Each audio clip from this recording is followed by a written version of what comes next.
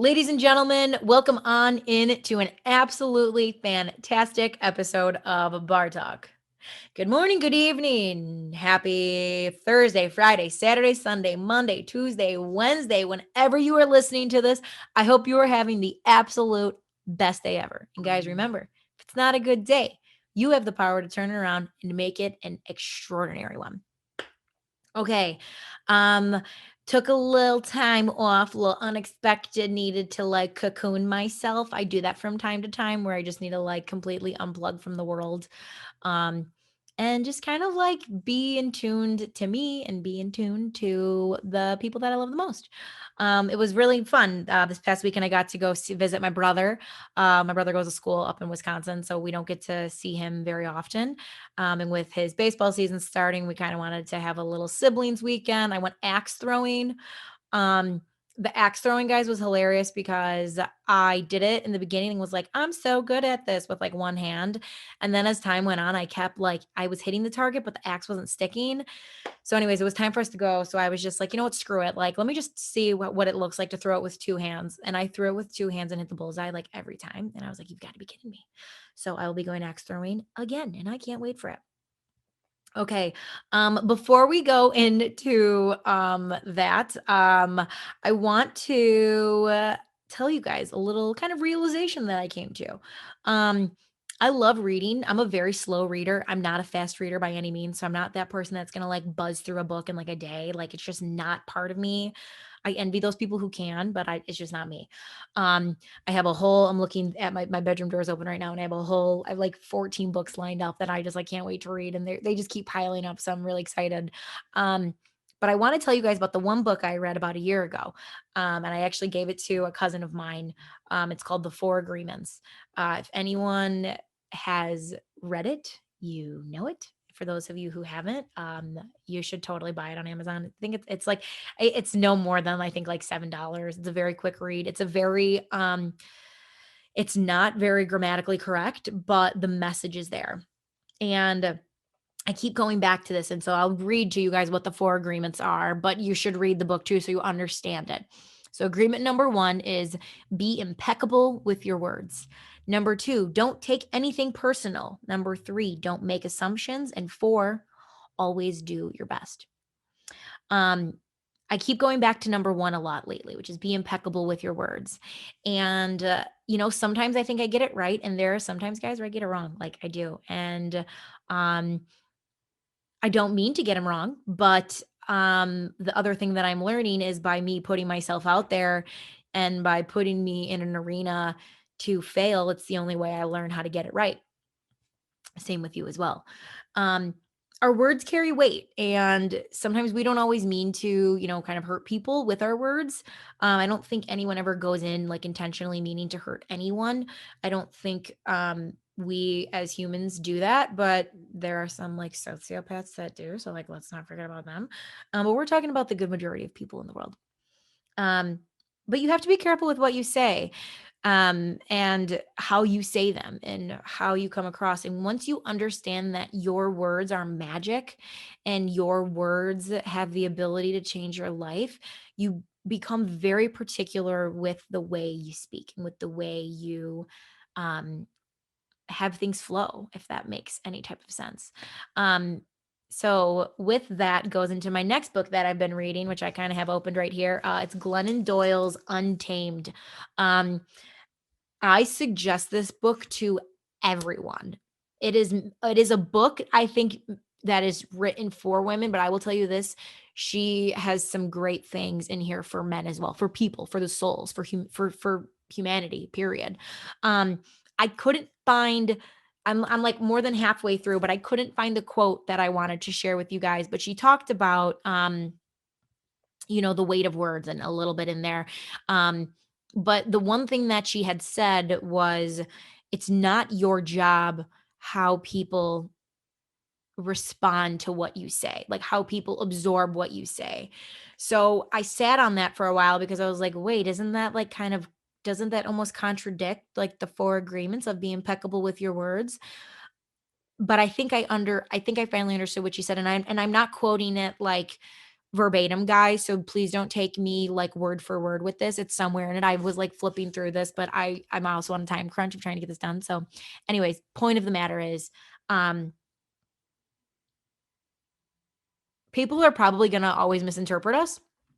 I wish that wasn't the case, but sometimes it is, and that happens, and it's life. And um at the end of the day, what she did say, which I wanted to say, was, um, some will understand and like you, and others won't.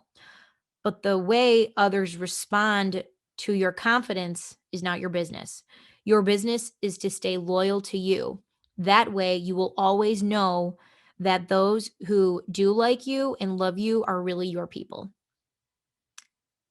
Ooh. If you need to rewind that, go rewind it again, but I'll say it one more time. Some will understand and like you, others won't. But the way others respond to your confidence is not your business. Your business is to stay loyal to you. That way, you will always know that those who do like you and love you are really your people. I couldn't find the exact quote, guys. You know what's going to happen? I'm going to finish recording this and I'm going to find it. Um, but I don't know. She just had a lot of really good points in here, and I literally like I'm one of those like weird people that when I like read books like this, I highlight and um section off parts, and I must have forgot to do that with this part. So that kind of stunk. But yeah, you should totally read Untamed if you haven't. I'm almost done with it. I'm hoping to maybe finish it in the next few days if I have some time. But guys, you should read it. Okay. Before we go, let me tell you a little bit about our guest today. Guys, today we are having on Mike Rubio. So, for those of you who are watching or listening, you might know who Mike Rubio is. Some of you may not. That's okay. You're going to learn who he is. Mike and I are both from Bridgeport, and Mike has been pursuing a dream of becoming a filmmaker and a writer.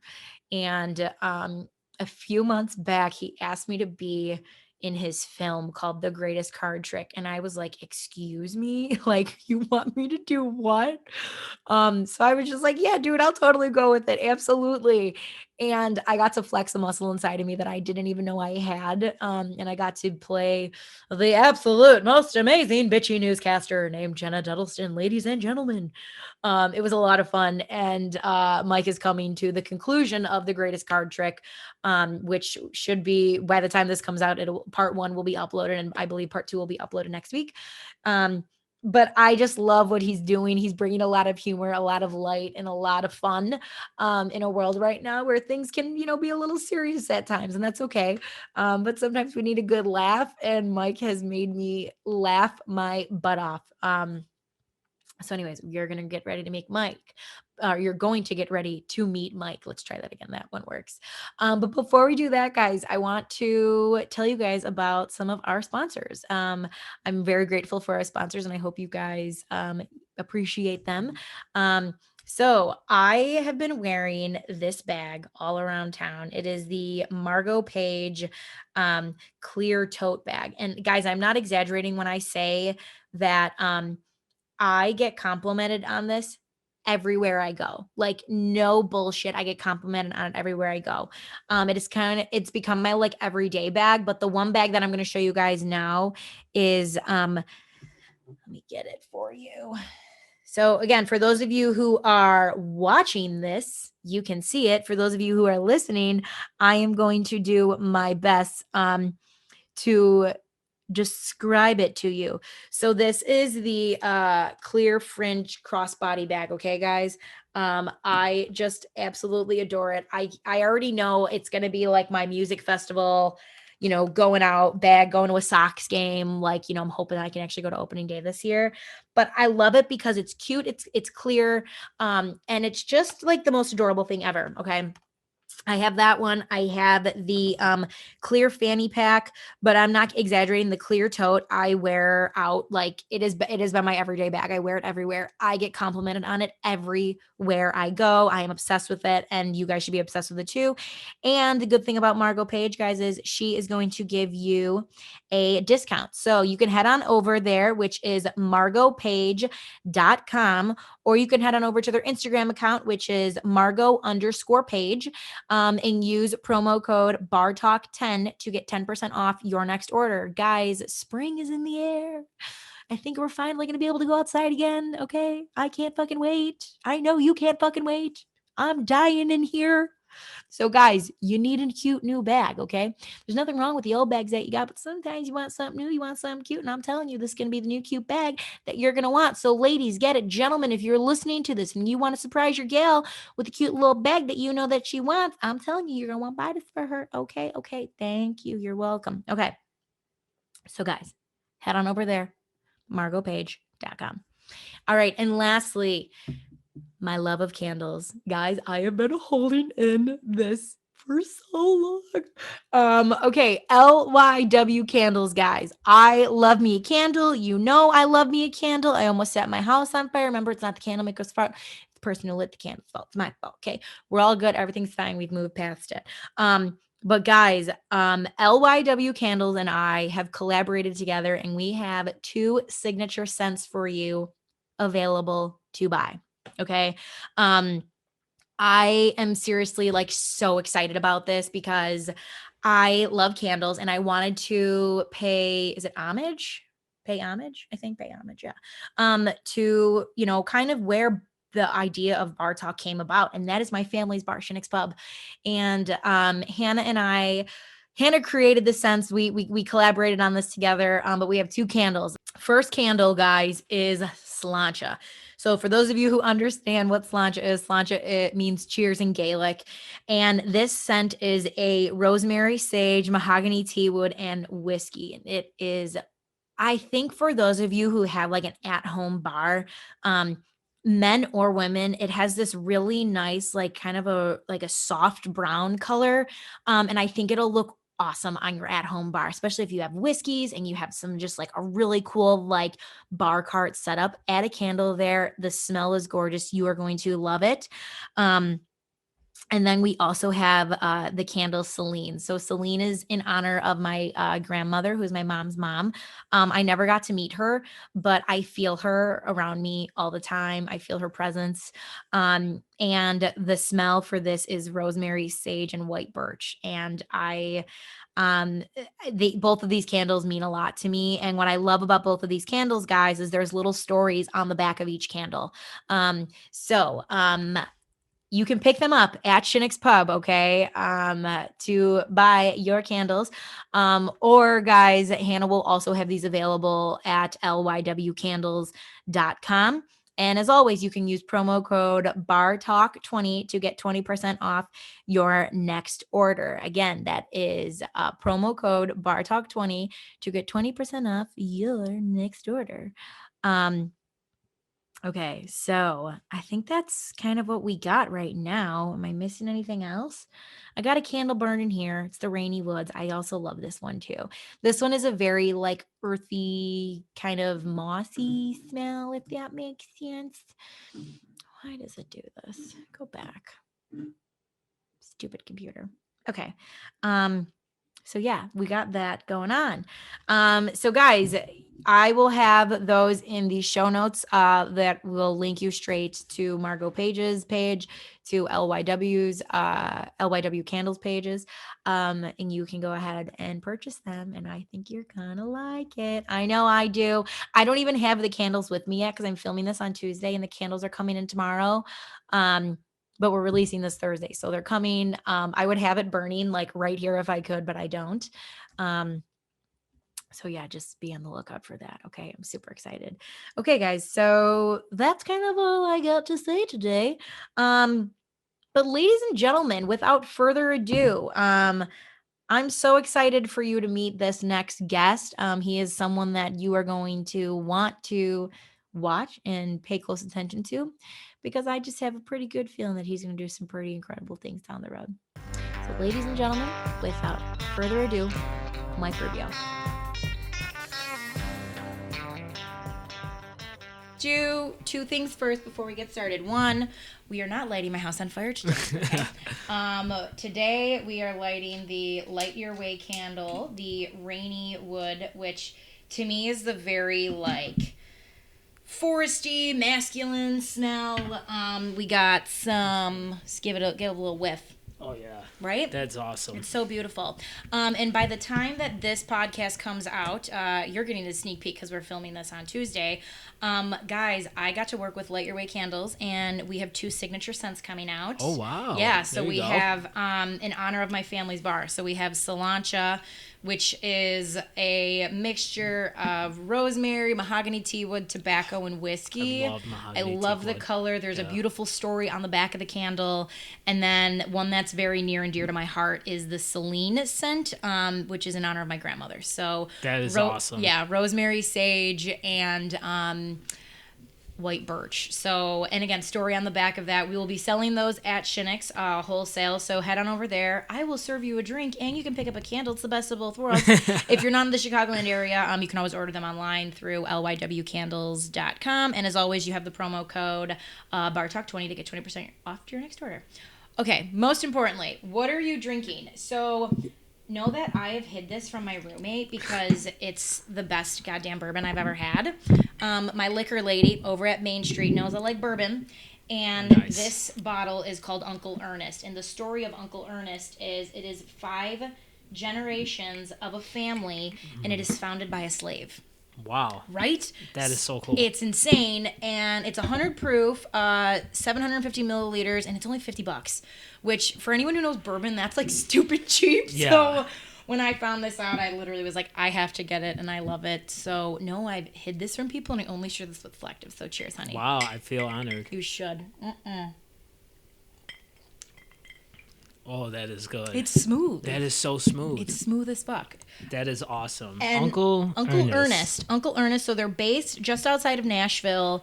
Okay. I'm telling anyone who's a bourbon drinker, this is probably going to be the next big bourbon, is my prediction. The way that they're marketing it right now, I want to get them on the show because the person who is the head distiller has been named Distiller of the Year 2 years in a row. Oh, wow. She's a black woman. That's That's incredible. I was I need to meet them right now. I need to hang out with these people. We're going to have so much fun. I'm going to put this water bottle down. But anyways, I'm so excited to have you here.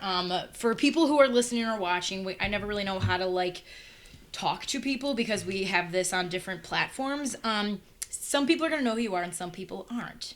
And that's kind of the beauty of this. I believe this is your first time kind of doing this thing. It is. It's beautiful. So let's start from the very beginning. Who is Mike Rubio? Wow, who is Mike Rubio? Well, I would say Mike Rubio is just a kid from Bridgeport who was one of the outcasts who wasn't in the sports. Kind of like, there was like your brother who was draining threes in 4th grade, like he was a mini LeBron, and then there was me eating hot Cheetos in the bleachers. A little bit. It's okay. Just a little bit, okay. It's okay. Because for me, growing up, my thing was movies. That was just like my therapy. It's what got me through every day. Like, I just loved movies. I loved everything about them. I remember even in like 8th grade, like you'd have at the lunch table kids talking about, athletes or whatever sports, and I'd be naming movie directors, and like it was just my thing. And so, to this day, that's the dream I'm chasing, and just trying to be everyone's friend and have some fun in the process and keep it going. So what was the first movie that you watched that made you say like, aha? It's funny because I think I remember it, but it was when my mom took me to see Toy Story 2 in the theaters. I think I was 4 years old, and my mom said I was obsessed. Like, I kept wanting to go to the movies. And every single Saturday morning growing up, that was our thing. We would go out to the quarry in Countryside and go. It worked out perfect for my mom because we could go hit a movie and then she could go do her shopping after. Sam's Club, Target, Walmart, Target, they're all Kohl's, right there. all Kohl's, of everything, them. yeah. And that I remember that was just our tradition, our routine. And it was after Toy Story 2 I knew, like, okay, I was hooked on movies, and ever since then, like, just all the Saturday traditions, I was like, this is my life, this is what I want to do with my career. And my kindergarten graduation, like, what do you want to be when you grow up? I said like a movie star. Like I knew exactly that is what I wanted. That is crazy, but I also think it's not crazy at the same time, because I feel like if you really tap back to your like younger childhood self, your younger kid. So let me rewind. I'm reading this book right now called Tamed by Glennon Doyle, and she talks about how she kind of lost herself. And they say as a kid, when you're like 10 years old, you get to this point where you either like stay true to who you are, or you go to the norms of what society tells you to become, and you kind of change into like who you always were as a kid. Right. And I think we all have those people that were like, oh, you've kind of changed, man. Like you're not Yeah. who you were. And it like always makes me really sad. But she talked about how when she finally, she married a man. For anyone, I'm kind of giving away this, but anyways, she's a public figure, so you'll figure the fuck out. She married a man, had 3 kids, and then realized that she like wanted to get a divorce from her husband for a really long time. Fell in love with Abby Wambach, the soccer player. Like met her, she was like, I'd never been with a woman beforehand, but like I was meant to be with Abby, and like that's who I was. And her mom said once she was with Abby, I saw that spark in her that she lost at 10 years old. Really? Get reignited. That is so, and I feel like you hear that story, like stories like that a lot, you know, like where there's just something or someone where it really does ignite that spark. I'll have to check that book out. I'm not kidding you. I've been reading it in the morning, and I was reading it today, and I'm always like highlighting notes or, you know, like underlining things that I Right. want to remember. But her talking about that, I was like, oh my God, that's crazy. And then I even look back to like my younger self, you know, like I was the athlete. I wasn't the one eating hot Cheetos in the stand. Even though I did go to games to watch because I loved them. But I remember being a kid, and my mom always had a video camera, and I used to take the video camera. And before it was a selfie, I was like, all right, here we go, ladies and gentlemen, it's the Jenna Show. And I would like do that. Right. So it's not ironic that I'm sitting here, and it's not ironic that you're doing what you're doing either. Exactly. And you know, everyone tries something out. Like I played sports all through Yeah. grammar school. Like I played basketball. I played football for a little bit in high school, very, very short little bit. And I just knew like it wasn't my thing. I love watching them, and I love, you know, rooting on the teams and my friends who play them. But for me, it was like and going back to that spark, like when I would watch something and then go on and recite like movie lines, which per my mom and my family, I was doing it like when I could first talk. Like I would watch something and go around just saying it. And I think that's when you just know, like those things stick with you as you know you grow up, and even like you said, it makes sense with what you're doing now. Like, do you have those videos still, or like what you would do? Like my mom definitely has them, and we'll bring those out of the archives. Oh, you have eventually. to. That would be such a cool thing to see. Like It's kind of crazy, and even too, I remember being a kid, being really happy when I got to like when I was sick and got to stay home, not because like I was sick, but because I got to watch the Oprah show with my mom, because Oprah was on it at 9, awesome. Right. and I loved Oprah, and I loved everything about her, and I was just like, I want to be Oprah, man, like I want to be fucking Oprah Winfrey. So again, like the whole everything that it all kind of like ties back together in a weird way if you are willing to like take the blinders off and like really view life. It's your story is literally laid out in front of you. You just have to be willing to like look at it. Exactly. And I think the biggest thing, especially I'm sure you can attest to, is take risks. Oh my God, I mean, yeah. Going into these fields, it's so difficult, and you know, there's so many people who will tell you, oh, it's just dream big, like that's just such a dream, like everyone wants to do it, you're competing with 1,000,001. It's like, okay, well, I'm gonna do it. There's a reason, you know. Quentin Tarantino worked at a video store, and then a couple years later was winning Oscars. Like everyone's story is aligned, and everything happens for a reason. I'm a big believer in that. Everything happens for a reason. Every part of your journey that you're on, like I think people don't realize, because I think it's always good to look ahead, because you still need to have that, like, what is it that I want to do? What is it that I want to achieve? What is my dream? But you also need to be present, because Yes. I have this belief that you can't move forward until you learn the lesson. Yes, exactly. And what I mean by that was I was at a job, I worked as a medical receptionist, And I was like, I don't really want this, but I needed health insurance. I was like, you're off your parents' health care, Jen, Yeah. like fucking tough tit, Yeah, so right. my buddy was like, you can come work here. And I worked at this place that was that gave ketamine for patients that had depression and anxiety and PTSD, OCD. So I was around these people every day. Like, never in my wildest dreams did I think that like this is what I would do, but I'm happy that I did it because it made me realize it's literally the backbone of what Bar Talk is, and it's we have more in common with each other than we have different. Yeah, because every person that would walk in the door, I was like, would have never guessed, and like I would see the patient file, so you could see, and you talk to them, and you're like, you struggle, like it would be people that never in your wildest dreams would you imagine would suffer with what they suffer from. Right. And once I finally learned that lesson, I was like, okay, it's time to move forward. You've learned the lesson. You can close this chapter. And once I realized that, I put in my 2 weeks. Literally, like that, I put it in like so the amazing. next day and was like, okay, I've learned everything I need to learn. It's time to move on. And we have a next chapter. My next chapter is like kind of where I'm at now. It's like it was working at the Pizzeria Portofino. And that's where I like learned more about, wine and liquor and food, and my love of that. It grows and it grew, and it all makes sense, like I swear. And it's like you can still have that faith of like you want to win. I'm going to assume you want to win an Oscar. It would be nice. Be nice, yes, and you'll get there, and you can see it, and you still have to figure out what it is you're supposed to learn right now in this moment. Exactly. And I think you touch on such an important point. It's we all appear on the outside as something. And you'll hear people all the time, especially it's notorious in our neighborhood, right? Where someone assumes something about someone, and then you hear them say, "Oh, they're actually really cool." Well, why? What changed your opinion of them? Oh, I talked to them. It's like, exactly. You talked to them, you got to know them more, and again, you find out there's usually always one thing that you have in common with someone, whether it's a simple love for food or even something deeper than that. And I think there's a part of us in each other. We just got to dig through and let that connection happen.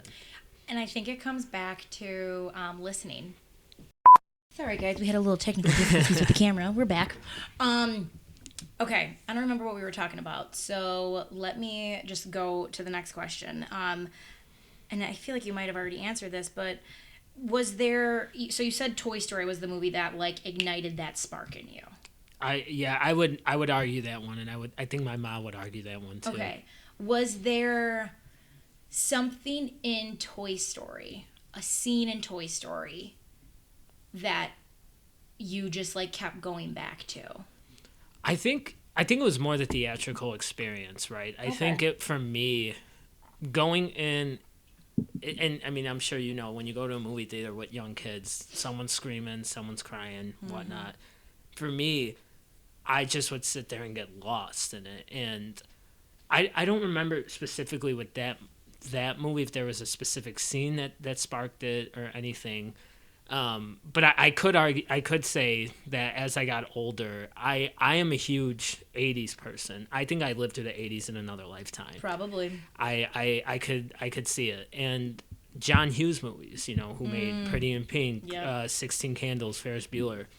For me, those coming of age movies and watching those through high school, I think just finding something in there that I knew I was like, wow, someone gets like these age struggles or these, trying to identify yourself. Where do I fit in? Relationships and the social scene.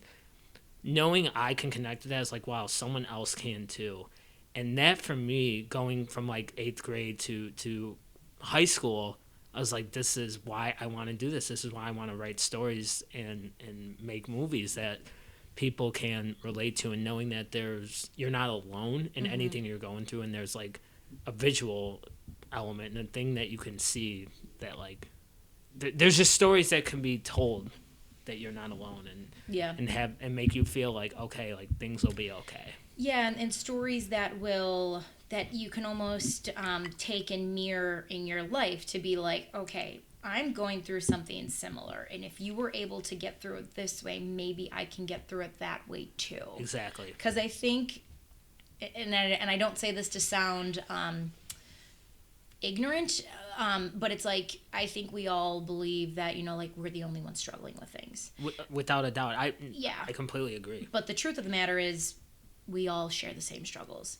And the minute we realize that, like, oh my God, we're all going through the same thing and we're all struggling and we're all hurting and everything, we're not getting it, that's when you find that magic of like connecting with people and you're like, oh shit, like you and I kind of go through the same thing. Yeah. I don't even fucking like you, like, yeah. But then you see someone through, like, once you peel back the layers of like, you being a white guy who's Italian from Bridgeport and me being a white woman who's Irish from Bridgeport, and you like peel everything back and you just look at like your hearts and your souls. To me, that's when we're like, oh, I see it. Yeah, you break through what's on the outside. Yep. And like, I think I was just talking with my manager from work about this too. It's like, it's so important to have those types of conversations, and really, especially now more than ever, given what we've been through the last year, where suicide rates are as high as they've been, in mental health. I personally don't think mental health is focused on enough,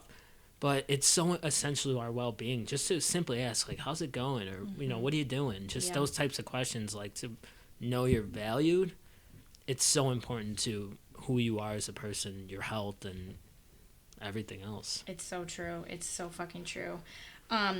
Where do you see yourself? I don't ever like to ask the question, like, where do you see yourself in 10 years? Because I think it's just an absolute fucking crock of shit question.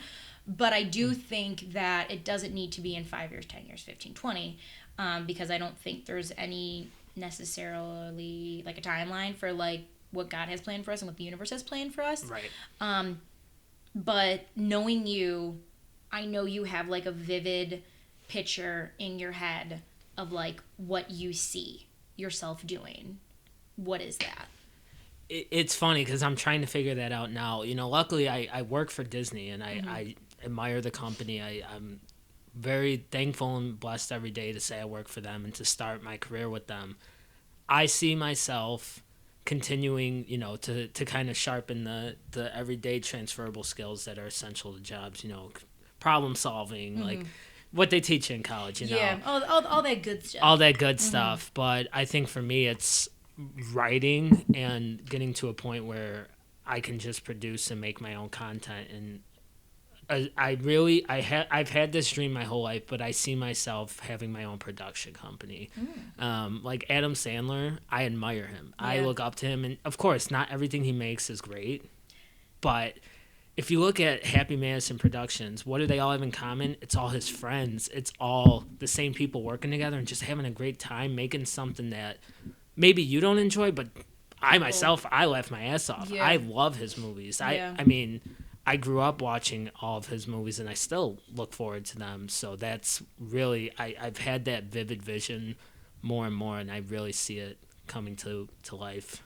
I love that. You brought up a good point of, like, some people, like, Happy Madison Productions, like, I think the easiest one to think of is the movie Happy Gilmore. Happy Gilmore, yep. But you bring up a good point, like, you might not like every one of them. And my dad and I were watching the other day, like, some music channel did a thing on Leonard Skinner, and I'm going to sound like a total buffoon. I thought Leonard Skinner was a person. Leonard Skinner is a band. It is a band, okay, yeah, I can't confirm that. I didn't know this. So anyways, I learned it, and so they talked about their journey. And they have, 2 hits. Freebird and Sweet Home Alabama. Yeah. Okay, so 2 hits, 2 fucking out of the ballpark grand slam home runs, and they probably wrote thousands of songs. Exactly. But you don't ever hit those 2 without writing those other thousands of shitty songs. Like, you have to keep going. It is. It's so funny too, and just obviously I know more with the movie world. I look at, again, bringing up Tarantino. The guy's an icon, studied in film classes. He's made 8 movies, 9 movies. I mean, you don't have to have this whole record and abundance of titles to be known as, like, good at what you do. It's like quality over quantity. Quality over quantity. Yeah, exactly. Like, and even with what I'm trying to do, I always ask myself, like, do I need to do a podcast that's an hour long just to hit an hour mark? or can I say what I need to say in 20 minutes where I'm not wasting people's times? And then it makes me go back to being a kid when, like, you're writing a paper for class. I think we have another technical. Should have done this the first time. Okay, and we're back. More technical difficulties because that's what fucking happens when you do this and don't have the proper equipment to fucking figure this out. And you're bawling and trying to produce on a fucking budget. So. Loads of fun. Trying. Loads of fun. Okay, what were we talking about? Let's rewind. We were talking about quality over quantity. Yes. So I was thinking about, like, being a kid in class and, like, you write a paper and you hit this paper and you're like, I fucking got it, and you're like, yes, and then you're like, fuck, it's supposed to be 3 pages and it's a page and a half. What am I gonna do? Yeah. And then you sit there and you just load up the paper with bullshit. Yeah. Because oh my gosh. because you're like, okay, this would have been phenomenal at a page and a half and it would have been an A+, but now I'm adding fluff and now I'm down to a B-. Oh, it's the worst, and I'll give a shout out to Coach McGuire from D, who Love used Coach to. Mac. Oh, he was the guy. He's the guy. He would literally say, on his papers, I had him for a humanities class, and his papers were no limits, and as a sophomore, I'm like, the fuck does that mean, no limits? Yeah. Like, so if I write a page, I'm good. He's like, well, the quality's there, emphasis on the quality over quantity. Yeah.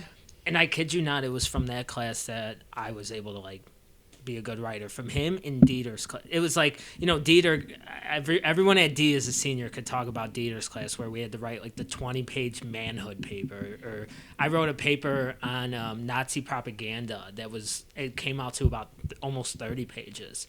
But the thing was, like, both of those experiences gave me, like, the best prep for college. And, like, at school, at college, I never wrote a paper, I think, that was more than 10 pages. Like, and it just goes to show, like, again, the emphasis on the quality over quantity, because you could write a page and a half paper that's as good as that 30-page paper. Yeah. But again, both of those some great classes. Yeah. Good old D. LaSalle. Good old D. LaSalle. Rudy Toot Toot for the Institute. Okay, so I have been asking people this question, and it's okay if you don't know the answer, because I don't think everyone has figured out the answer yet. Do you know what your why is? I think about it a lot, and I think because of the way my life, like my experiences in life has taken me, I think so. And I think this goes back to a couple years ago when my father passed. I actually went, because I went to law school for a semester. Yeah. That was, I think, the point in me where I let, like, okay, like, film and TV, it's such a big dream. I let those things ring in my ear, right?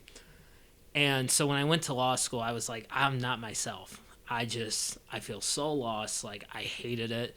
1 out of 5 on Yelp. Don't recommend law school unless you want to be a lawyer. Okay. Like, if you want to be a person in film and TV, don't go to law school. Gotcha. It's kind of it's not rocket science to figure that out. Yeah. But knowing what I went through in that year, and it was like, life is short, right? And you just gotta do what makes you happy. And I knew at that point, like, okay, if my dad was here, he'd be cracking me, being like, you get the hell out of law school now and you go try and get a job with whatever you can while you're in Chicago, and you pursue this. And I think the why is because of that, and also to make stuff that connects people across the world, like connects audiences, really. And, I touched a little bit on, like, the John Hughes movies that hit me. Like, John Hughes would say, I write stuff about my life that I share with other people. And I'm like, that's what I want to do. I want to share content that people can just come together and laugh and forget about all the bullshit of life about for an hour and a half, 2 hours, whatever it may be. And I think I was just meant to be a person to tell those stories that really brings people together in a very positive way that makes us think, makes us laugh, maybe cry a little bit, and content that just hits. Mm-hmm. I love crying. I think sometimes we don't, there's, like, I think of, like, the not positive emotions, the, like, sad and anger. Yeah. And I think those are two other ones where we don't like them because they're not the joy, the happy, I'm like swimming in a pool of rainbows and butterflies. Yeah. But I have found that I gain the most clarity an understanding about myself through anger and sadness. I and agree. You sit in it. You talk about like a good cry. Like you hear people say that love all the time. a good cry. But I mean, it's true. Like, really, you just let it. It's like crying really embodies all your emotions, like the joy, the anger, the frustration, and after it, you're like, I feel like a fucking new person. Like I'm ready to go and just make something of myself now. Just go do the damn thing. Yeah. Do the damn thing. So your dad passed away. How many years ago now was it? It'll be 2 in April. 2 in April. What do you think he would say now to see everything that you've been doing? I think he would laugh his ass off at Card Trick for sure, and he would probably have hit me if I didn't put him in one. But I think he would say like, I'm extremely proud of what you're doing, and this is what you were made to do. I remember his reaction, and I'll never forget it, when I went to an open house at to a couple different law schools. They did like a Chicago forum with all the big ones. And he picked me up and he was like, so how did it go? And I was like, good. I think I'm going to do John Marshall, whatever. And he was like, you sure this is what you want to do? He got mad. He was like, honestly, Mike, like, where the fuck is this coming from? Like, this is really like, he goes, I'm going to support because it's your decision, but like, where did this come from? And I was like, I don't know. I didn't have an answer. And I think at that moment I should have known like it was a bad thing, like it wasn't the right fit for me, but still nonetheless I tried it out. Big believer in trying things and failing and learning from it. And I think now he would just say like, just keep going, don't give it up, and you'll end up on that stage with that award one day, and I'll be laughing there with you. So amen. Our parents always know things before we do. We're like, oh, screw you, but they do sometimes. They really do. Yeah, for sure. Okay, so you touched on the greatest card trick, which is what we're going to get into before we go into my favorite part, which is ridiculous random rapid fire questions. What inspired this? So the greatest card trick. So it's funny because when the pandemic hit, I was in the middle of, I had just started with Disney in January of last year. Pandemic hit in March. It was, pack up and go home. I was taking like classes at Second City, taking acting classes, more so to learn the language of acting, to be a better writer. Because acting is its own world, but yeah, each of those things is its own world. Each 100%. Of these things, they're their own world. So I was like doing different things. Like my friends and I, we went to Colorado and Arizona over the summer. I made like videos for them on it. And I was sitting at the Italian American Club with Nick Ruffalo one night, who was the main person. And he's like, so you're going to make another video if we go on a trip or something? I was like, yeah, but I want to write something and make it, like, I want to make something funny. Like, yeah. I was like, why don't we, like, I got to do something. He was like, well, do it. What are you waiting for? And I was like, you're telling me to do it. Are you going to be in it? Like, will you be in something? Because Nick, it's one of the funniest people I know. And he was like, yeah, I'll do it. I said, I'm writing a script tomorrow, and I'm bringing it to you, and we're going to go over it together. It was a Sunday night. That Monday, I wrote up the first part script. I brought it to him. We went over it. We filmed it that Tuesday through Friday. And it was funny because the first part, it was originally going to end where Nick's like leaving, and Matt Scamacey, who's also in the series, he was going to pick Nick up on an ATV and drive off. And it worked out because Matt couldn't film because he had work. So I asked Emily Joya. I was like, Em, you're one of the funniest people I know. She has an interest in this. I'm like, you're perfect for comedy. Yeah. I was like, do you want to be in this little series? She was like, yeah, of course. Don't, like, no questions asked. And then I was like, okay, so he's going to meet up with her. I was like, but what about me? What do I do? And I got a FaceTime from Natalie Aridia, and I don't know what she was doing, but she was like, what are you doing later? I was like, I need you to be in a video. She was like, okay, what do I got to do? I was like, you're a detective. And she's like, okay, I have an outfit plan. I'm in. And then I was like, all right, Nick, so here's what we did. We went over a script together. I was like, we're going to leave it open-ended. If people hate it, we'll do something else. Right. If people like it and want more, I will get right back to writing more of it. And sure enough, everyone was reaching out to us like, this is awesome, like, need a part 2. Like, I want to see more of this. And it just kind of took off. It just went from there. I remember so for people who are listening, you might know what the greatest card trick is, some might not. Mike asked me to be in it, and you had Fran reach out to me, and I was like, hell yes, are you kidding me? This is so much fun. And it made me flex a muscle that, like, I didn't even know I had. Right. So, like, I thank you for that, because I didn't even know that part was, like, even inside of me. But I just remember being like, oh my God, this is so much fun. And then I told my parents, they were like, wait, you're doing what? And I was like, yeah, I'm going to be the bitchy newscaster, you crazy motherfuckers. Yeah. And then they watched it, and then like more people were reaching out like, oh my God, everything was so funny. It was so great. And like even me, like I was like belly laughing watching it. Like, so it was just like, oh my God, like it's so great. Final chapter is coming to an end. This will be coming out Thursday. So the 4th. When are you releasing this? It's actually being released right now. Like my laptop is downloading it to YouTube as we speak. Okay. So how about this? To get people to watch, what is the tease that you would like to reel people in? It's not going to end as you expect it to. Ooh, okay. I think let's leave it on that. And then what's next? We're going to close the chapter on the greatest card trick. What's next? Are we in the works? Yeah, so we're in the works. Greatest card trick was so much fun. I was telling you earlier, and even Nick was texting me today. I was like, dude, like we really just did this. Like it was a lot of fun. Mm-hmm. Like, it's a little bittersweet. Like when I ended it, like I was putting all the people in their like the cast names and stuff. I was like, damn, like this is really cool, but it's something that'll stick forever. Yeah. It's my first thing I ever tried. Mm-hmm. But next, I want to do like a take on Catholic high school education, but in a vulgar, very comedic way. Oh, yeah. And we're both products of the Catholic school.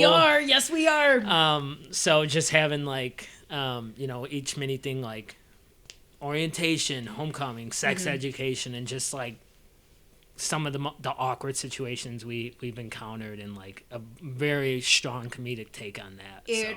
I cannot wait. So, ladies and gentlemen, be on the lookout for that. Let's do a quick cheers. I'm so proud of you, and I can't wait to see what's next. I'm seriously so excited. And thank you for being that crazy newscasting. Oh, God. Bitch. Let's put it this way, guys. Maybe one day we'll release the blooper reel. Oh, my God. I actually am. I am going to put out the bloopers. It was from all... Well, there's 4 chapters, but chapter 4 is in 2 parts, so it's 5 videos total. And I saved the bloopers, mainly because the first video, it was so funny. We had books stacked up, and me and Nick had our phones. Like, I didn't even have equipment really to do this. Yeah, yep. And we had no idea really what we were doing. He was fucking up every other line, and at one point, he literally slammed the table. He goes, if I fuck up this line one more fucking time, I'm throwing my phone at the door. But, like... It's those little things that just make it so funny. Fun. I think I had more fun. We filmed this at Fran's house, and I would try to look at the camera, but obviously in the corner of my eye, I could see Fran laughing, and I was like, "You need to get out of the room, or I'm not going to be able to do this." That was the hardest part too. Like you'd think like, can I do this? And even when I would reach out to people, because every time I wrote it, I had people in mind of who was going to be what. Mm-hmm. And I was like, I will do anything to make sure this person will do it. Mm-hmm. And when we would film, they're like, oh, I don't know if I could do this. I'm like, just do it. Like, I'll look away. Like, I promise you can do it. And, like, everyone, like, the first takes, you're just dying laughing because, like, it's like, what the fuck am I doing? Yeah, like, what the fuck am I doing? Oh, God. Okay, all right. So there's no shot clock for these questions. Obviously, don't take, like, an hour because that's aggressive. Yeah. Also, that's one of my favorite words. First question. What is a lie that your parents told you that you believed as a kid? If the car in your car, like if you leave the light on, it's gonna die or whatever. Or like you'll get pulled over by the cops. Or you get pulled over by the cops. Mm-hmm. Like that one, I'm like, I still like. If I'm ever in a car, I'm like, turn it off. Turn the lights off. Okay, what is your drink of choice at a bar? So it depends on how I'm feeling. If I'm, like, social, it's going to be a long night, either basic White Claw or if I'm doing beer, Stella. Mm-hmm. Otherwise, old-fashioned. I love an old-fashioned. Yeah. I love an old-fashioned. What is the kindest thing a stranger has done for you? The kindest thing a stranger has done for me? Oh, wow, that's a good one. Oh, my gosh. What's yours? I need a little inspiration to think of something. So... I would say the kindest thing a stranger has done for me is like I always love the pay it forward when you go to the Starbucks line. They're like, "Oh, your drink's already paid for." And I was like, "Oh my god, that's so sweet! You just made my day." Yeah. That's a good one. That's a good one. I also, as a bartender and a server, I've had people leave me notes on the receipt like, "You're the best server I ever had. Thank you for you made the night incredible." And I was like, "Oh my god!" Like, you don't do it for that reason, but I always want to give people like a great experience. So to like hear that always means a lot to me. I would have to say my experience like working as a busboy, like in the restaurant too, like because I bus tables at Ignat's restaurant sometimes, and like just those compliments are like what people say, or even like or I actually I'm all over the place with this question, but I was an altar server, going back to the whole Catholic education, all Catholic days, all Catholic days, and we as altar servers we would have to sometimes do wedding or funerals. Oh yeah. And there would be times I had no idea who the people were, and like even the funerals, like the family would come up and hug me after and be like, "You just made this so much easier," and I'm like, I was just shaking the bells, like, but they're like, just your help and your presence to be there during that time of need. Oh. Like for me, that's like that hits, and I'm like now, and it makes it for what you do to other things. Like that's how you want to be like for your friends and everyone else. So I love that. Amen. What was the first concert you ever attended? Frankie Valli in 4th grade. Shut the actual fuck up. Yes. At the Chicago Theater, my sister and my parents. 4th grade.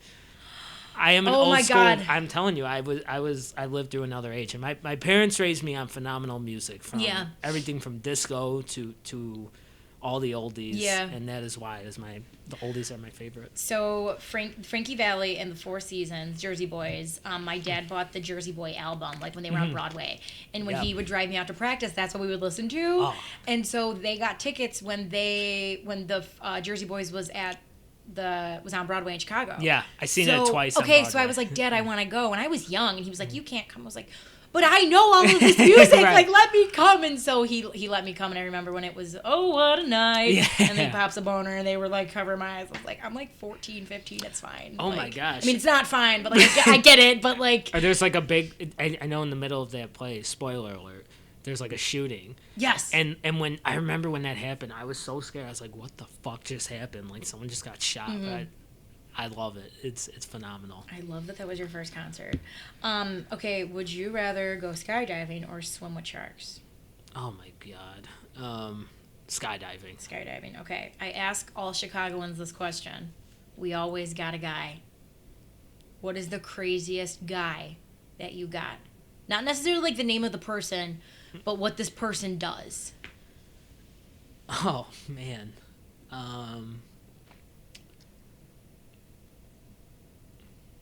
Who am I running through? We all got a guy. We got a guy in every industry. I don't know that one. Do you need inspiration? Yeah, I need inspiration. Okay. So my answers I always give are: I have a butcher. Yeah. A butcher comes to my house, chops the meat, puts it straight into the fridge. I have an Amazon Fire Stick jailbreaking guy. So I was able to watch like pirated movies. I probably shouldn't say that out loud on a podcast. But before every like streaming platform was a thing, you had to pay for every movies. That's how we watched movies. Right. And then I have a foot detoxed gal. Wow. Yeah. And how's that? Oh, it's the best thing. It's so good for my health. I'm actually in need of one because my body feels a little. My back hurts, so like whenever I get aches and pains, it always helps like really push toxins. I have to look into this. Yeah, yeah. Well, I think like everyone in neighbor, we have a super side guy. You can't go wrong with that.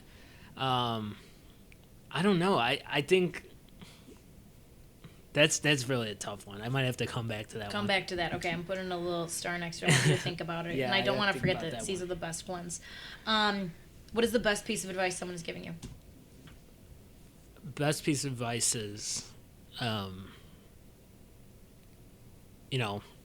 quoting Ferris Bueller, I think life moves pretty fast. If you don't stop and look around once in a while, you can miss it. And translating that into just always be treated how you want to be treated, the golden rule, because obviously we know life moves fast and never don't lose out on opportunities. Take advantage of every opportunity that's presented to you, even if you think it's so wild or so out of course for you, just try it. It's better to try and fail than not try at all. I think, I hope people realize that failure is actually a beautiful thing. It is. I mean, I know this sounds like a little strange. I go towards things that scare the fuck out of me now, because even if I fail, the lessons that I learn when I go towards something that scares me, I would have never known had I not gone towards it. I don't think you'll ever get the growth you do from failing. Exactly. So I completely agree. Yeah. I love that. Okay. Yeah. Who should my next guest be? Who should your next guest be? Well, I must say, one of my personal favorites has been Bobby Phillips. Oh, he's the best. One of a kind. One of a kind human being. Oh, he is the best. And I must say, that episode, when I was like thinking of a news person, I was like, Jenna. Like 100% Jenna.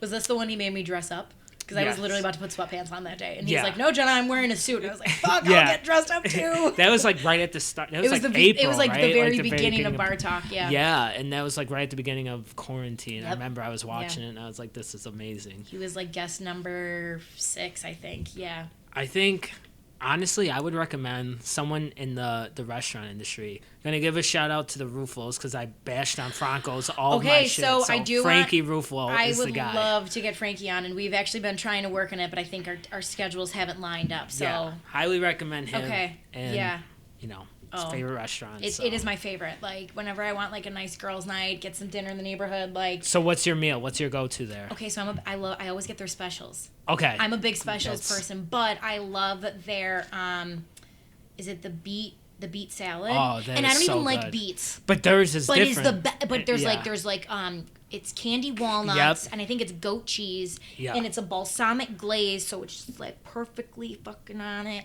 It's the perfect amount. It's the perfect amount. Yeah. I could eat every spaghetti, every fucking pasta, but I'm a big, like, I love fish, so whenever they get a fish special, I always get it. But there has not been one special I've gotten that I have not, like, everything I like, I'm like, I want that again. I need it again. So absolutely, it's so good. And their tiramisu and the cannoli dip, oh my god, I could bathe in both of them. Oh, it really, their spicy penny pesto. Yes. I think I could eat that every single day for the rest of my life. I agree with that. I'll be totally content. And what is it, like, is it whipped ricotta on top? Yeah, and then they have like with the prosciutto in there and the capers. My gosh, it's just, you just mix it around. No, I think I'm thinking of the vodka sauce. I'm thinking of the vodka That's sauce. with the whipped ricotta. That's the whipped ricotta, but I know what you're thinking of because I've hit it too, and I'm like, yes. Yes, it's seriously, perfect. Food makes me so happy. Like, I do, like, when food comes to my table, I look like fucking Pooh Bear, and he like ties the napkin, and he's like, yeah. I think I'm gonna have to pick that up later now because I'm in the mood for I gotta it. stop talking about it. I'm really hungry. All I've had was chicken salad today. Okay, so I feel like this question is still relevant because we're not fully out of quarantine yet. We're approaching, like, the end is light near. at the end of the tunnel. There's light at the end of the Yes. tunnel. What's the first thing you want to do? I did travel during the last year, so that's one. But go to a concert, I would say. I miss concerts. And I want to get back to LA. I told like my offices out there and everything. I was like, I'm coming for like 2 weeks. Like, I just need to get the hell out of here and just meet in person with people. And so Zoom fatigued. Oh, I can't do. Yeah, Zoom is exhausting. It's fucking exhausting. Okay, and then last question: what have you learned the most about yourself in this last year? That I think I'm more capable of doing stuff when I actually just do it and try it. This whole time I've always said, like, I want to write, I want to try writing scripts and going and filming them. And if I just do it, like, I'll never learn until I do it. And just knowing that I'm not afraid to do it. And, and getting into something creative, it's like there's going to be people who love it. There's going to be people who think it's stupid and think it's garbage. But either way, it's you doing it. And knowing that I could have that confidence to do something creative, I'm like, well, it just makes for the rest of whatever's to come. I love it. Okay, so I normally always end on a toast, but I was wanting you to help me with the toast today. Yes. What's like a traditional Italian toast? A traditional Italian toast? Or like something that like Italians do when they like toast out. Like, just say salute, but to, good health, to good people, and to a great future ahead. Salute. Salute. There we go. That is good stuff. It is good I'm stuff. going to have to get a bottle of that. I got a guy. Yeah. I got a guy. I got a guy. Oh, you got a guy? I do got a guy. Who's the guy? It's a ticket guy. Any concerts, Oh, I don't care if it's sold out. You got a guy. If I want to go from the bleachers to the front row, I got a guy. That is who. And while we were talking about concerts, I was like, oh, that's my guy. Ticket guy. Got a ticket guy. Alrighty then. Okay, guys, so thank you for staying with me. We had some technical difficulties with the, if you watch this, there were some technical difficulties with the camera aspect of it. I need to buy a camera. They're just expensive, but I need to get one. I can't use my phone anymore because my phone has no storage left. So anyways, there's that. So guys, yeah, the greatest card trick, part 4. Yeah, part 4 is out now. Head on over and watch it. I haven't watched it yet because I'm filming this on Tuesday, but it'll be out and I cannot wait to see it. The tease was it's not the ending that you expected, so we'll see.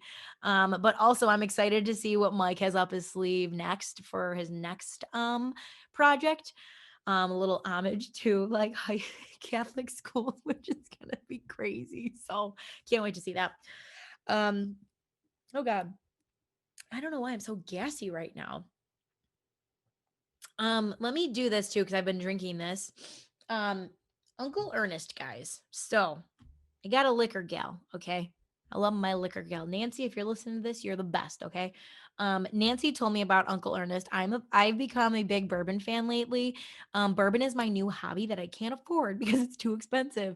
But there was something about this bottle that made me want to buy it. It is family founded by a slave, 5 generations, and it is some of the best bourbon I think I've ever had. I'm still new to the bourbon game, guys, but 750 milliliters, $50 for 100 proof. And for anyone who kind of knows, that's like insanely cheap, I feel like. Their 94 proof was $40, but the woman at the store was like, get the 100 proof. Like, it's just that much better. So I just got the 100 proof instead. So who knows? Maybe we'll have them on one day. I'd love to do that just because I love the story of this. I love whiskey.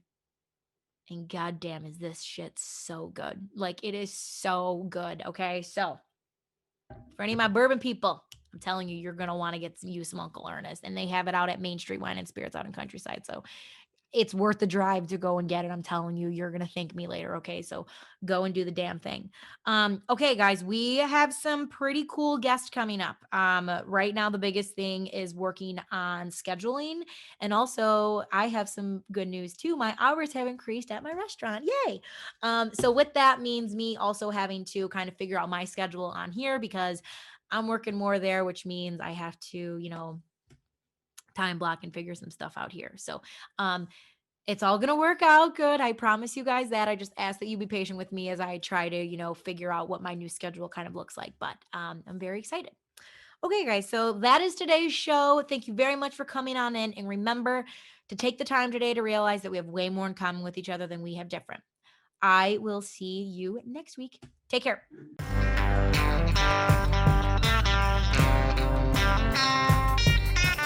Hey everybody, it's closing time.